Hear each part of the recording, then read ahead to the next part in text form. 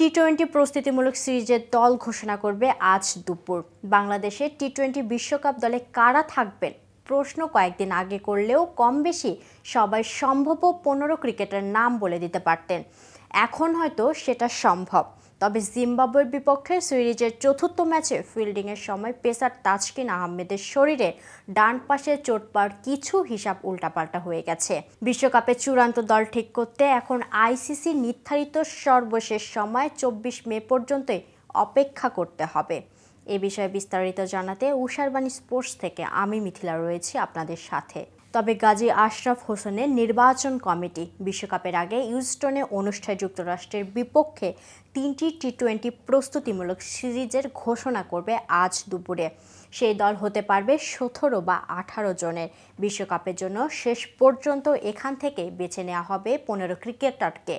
সুখবর হলো যুক্তরাষ্ট্র সিরিজে খেলতে না পারলেও বিশ্বকাপ সামনে রেখে আজ ঘোষিত তব্যদলে থাকছেন তাসকিন।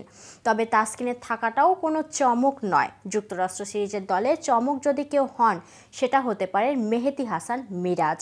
জিম্বাবুয়ে সিরিজের আগে চট্টগ্রামের প্রস্তুতি ক্যাম্পের জন্য নির্বাচকদের দেওয়া 17 জনের সাকিব ও মুস্তাফিজুর ছাড়া তালিকায় ছিলেন না অলরাউন্ডার মিরাজ।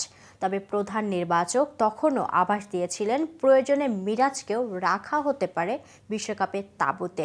সেটি হচ্ছে কিনা তা জানতে অপেক্ষা করতে হবে 24 মে পর্যন্ত। তবে আপাতত এটুকু জানা গেছে যুক্তরাষ্ট্রের সিরিজের 17-18 জনের দলে মিরাজের থাকার প্রবল সম্ভাবনা আছে। অবশ্য চট্টগ্রামের ক্যাম্পের তালিকা এবং সর্বশেষ জিম্বাবুয়ে সিরিজের দল থেকে একমাত্র ওপেনার পারভেজ হোসেনের না থাকাটাই নিশ্চিত আগামীকাল রাতে যুক্তরাষ্ট্রগামীর দলে। বাকি 18 জনের মধ্যে যাওয়ার সম্ভাবনা কম আফিফ হোসেনেরও। মিরাজ এলে আসবেন 19 জনের বাইরে থেকে।